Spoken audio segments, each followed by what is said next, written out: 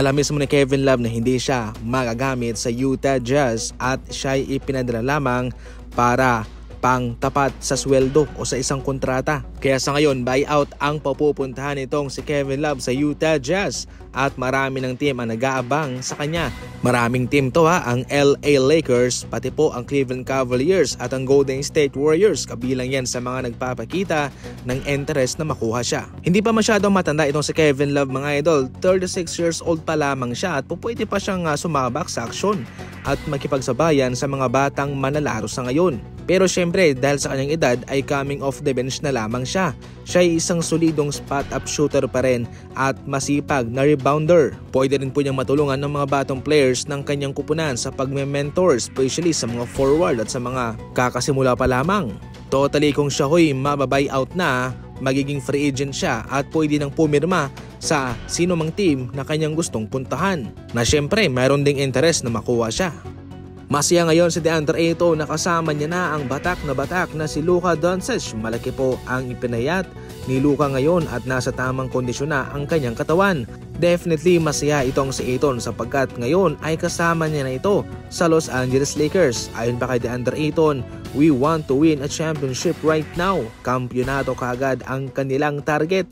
Yun ang kanilang gustong makuha. Hindi naman sa 100% perfect ang Lakers, pero mayroon silang mga armas na pwedeng magpadala sa kanila doon.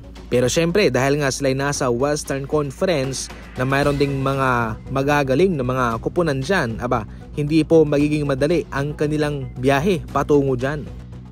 Etrenade naman ng Washington Wizards itong si Kelly Olynyk papuntang San Antonio Spurs bilang kapalit ng mga first rounder na si Malachi Branham at si Blake Wesley. Magsisilbing backup itong si Olynyk sa big man doon ng San Antonio Spurs sa kanyang huling season kung saan siya ay nakapaglaro sa Raptors at sa Pelicans. Mga dissenting stats naman ang kanyang naibibigay. 8.7 points, 4.7 rebounds, and 2.9 assists ang kanyang ina-average sa kanyang 20 minutes na playing time. Sa isang big man, hindi rin po dapat isumulin itong si Kelly Olynyk sapagkat siya ay isang spot-up shooter din po. Samantala, opisyal na pong pumirma ng kontrata si Drew Eubanks sa Sacramento Kings pagkatapos siyang ini-waive ng LA Clippers. Exciting po ang magiging NBA season nitong si Eubanks para sa Sacramento Kings. Magsisilbi kasi siyang backup center kay Domantas Sabonis. Sa Utah Jazz, hindi siya ganong nabibigyan ng exposure.